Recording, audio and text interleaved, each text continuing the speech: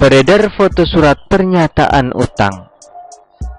Benarkah kelebihan utang sampai 92 miliar rupiah?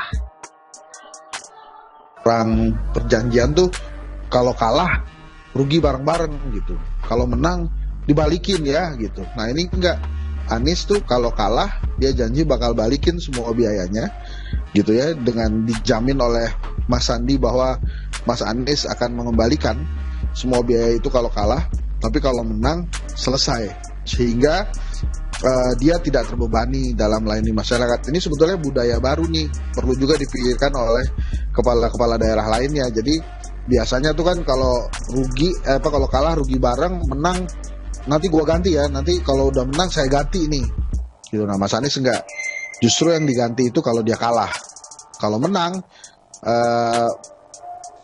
lunas, selesai, supaya dia bisa konsentrasi melayani rakyat. Kemarin heboh beredar sebuah foto yang diduga merupakan surat pernyataan utang antara Anies dan Sandiaga Uno. Ini masih diduga, karena belum ada kepastian apakah ini valid atau tidak. Tapi media sosial sudah heboh, media pun sudah meliput. Ada tanda tangan di atas materai. Jadi, mari kita asumsikan ini benar. Nanti kalau ternyata ini salah, nanti baru dipikirkan lagi. Anggap saja itu benar. Ada 7 poin. Mungkin ada yang bakal bikin kalian kaget. Salah satunya adalah utang bukan 50 miliar rupiah, melainkan sampai 92 miliar rupiah. Mengerikan. Ini benar-benar parah kalau sampai ini ternyata benar. Malah kelebihan utang. Total ada 3 kali utang. Utang pertama berjumlah 20 miliar rupiah dan utang kedua berjumlah 30 miliar rupiah.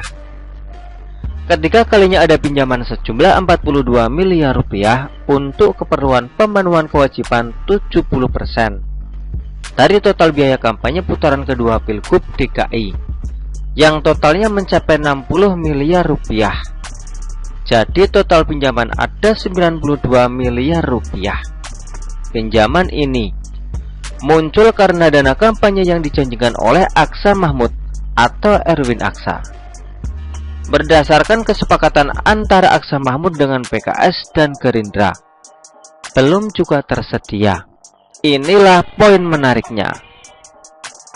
Poin ke-6, dia berjanji akan bertanggung jawab mengembalikan dana pinjaman ketiga 42 miliar rupiah jika dia dan Sandiaga tidak berhasil terpilih sebagai gubernur dan wagub DKI. Pada poin ke-7, jika mereka menang pilkada, maka Sandiaga berjanji untuk menghapuskan ketiga dana pinjaman itu dan membebaskan dia dari kewajiban untuk mengembalikan dana pinjaman tersebut. Ini sebenarnya mengerikan dan Anies adalah orang yang berbahaya karena terlalu nekat. Untuk apa meminjam uang sebanyak itu, padahal belum tentu bisa menang pilkada. Poin 7 itu kuncinya. Jika menang, maka Anies tidak wajib membayar kembali utangnya. Jadi, mau tak mau, dia harus menang.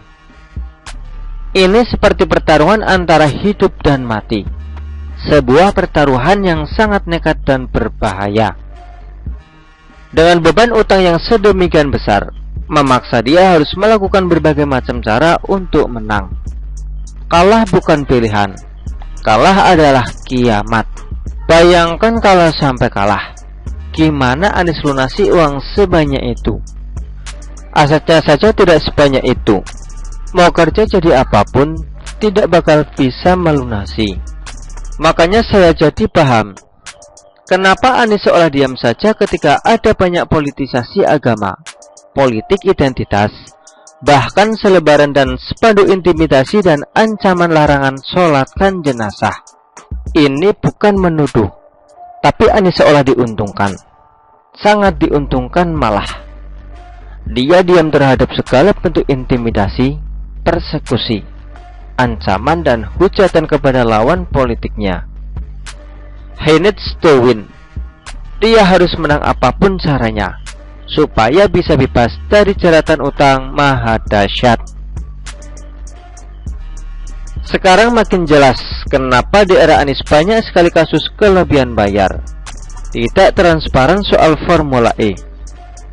Proyek asal jadi tapi boros anggaran. Semua ada penyebabnya.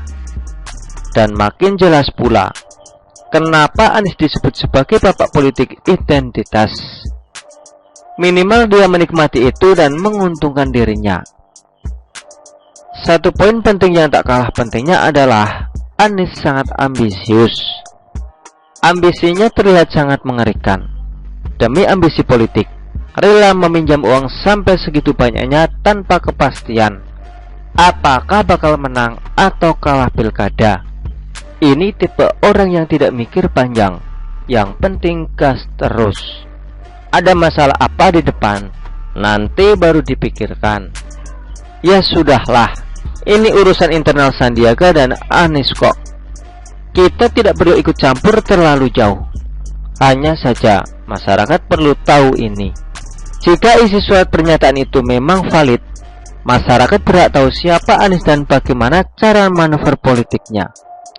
Ada beberapa hal yang menurut saya janggal. Kalau menang, utang dianggap lunas. Bukankah seharusnya kalah baru dianggap lunas karena tidak ada pekerjaan yang bisa diharapkan untuk bayar utang? Meskipun secara logika gak bakal bisa terlunasi sebanyak itu, kecuali kalau menang utang dianggap lunas. Sandiaga yang rugi bandar dong. Keluar duit banyak, habis semua karena diganti. Sudahlah, biarkan saja. Yang penting jangan lupa Anies terlalu nekat. Tak terbayang pilpres nanti, senekat apa Anies nantinya. Begitulah kura-kura. Artikel ini diambil oleh siwon.com dan ditulis oleh XRD. Bagaimana menurut Anda?